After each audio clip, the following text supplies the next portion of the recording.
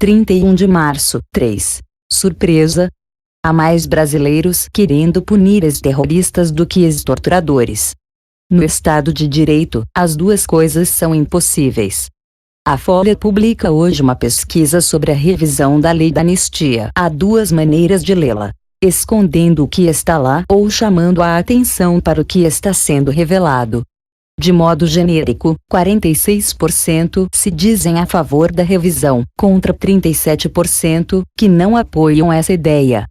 Não souberam responder 17% dos entrevistados. Mas a pesquisa é um pouco mais detalhada. O Instituto quis saber: você é a favor ou contra a punição de pessoas que torturaram presos políticos durante a ditadura? A resposta: 46% a favor e 41% contra. Considerando a margem de erro, há praticamente um empate técnico. A pergunta, convenham, força parte das pessoas a se posicionar contra a tortura, e o aspecto jurídico acaba se perdendo. Suponho que pessoas de bem repudiem tal prática, certo? Mas o que certamente vai surpreender muita gente é outra coisa. O Instituto perguntou: polícia e judiciário devem reexaminar os casos de atentados contra o governo durante a ditadura? Atenção para a resposta. 54% são a favor, 29% são contrários. 11% não sabem, e 6% são indiferentes. Os infográficos foram publicados pela Folha.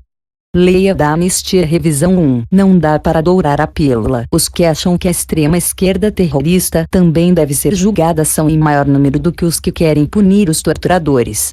54% a 46%. Os que defendem que os esquerdistas sejam deixados em paz são em menor número, 29%, do que os que pensam o mesmo sobre os torturadores, 41%. E nada menos de 80% acham que tanto os torturadores como os que praticaram atentados devem ser julgados hoje.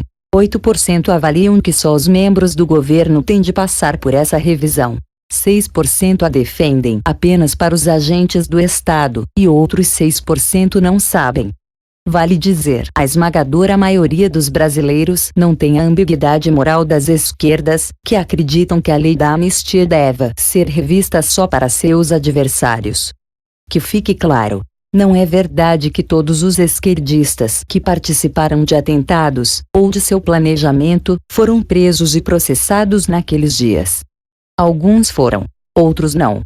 O Datafolha apresentou ainda a seguinte questão: o governo brasileiro paga indenização a pessoas ou familiares de pessoas que foram mortas ou perseguidas pela ditadura. Qual é a sua opinião a respeito?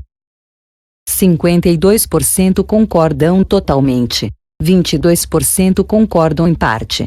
5% são indiferentes. 5% discordam em parte. 9% discordam totalmente. 7% não sabem. Eu diria que não há como uma pergunta como essa não ter uma maioria de gente que concorda.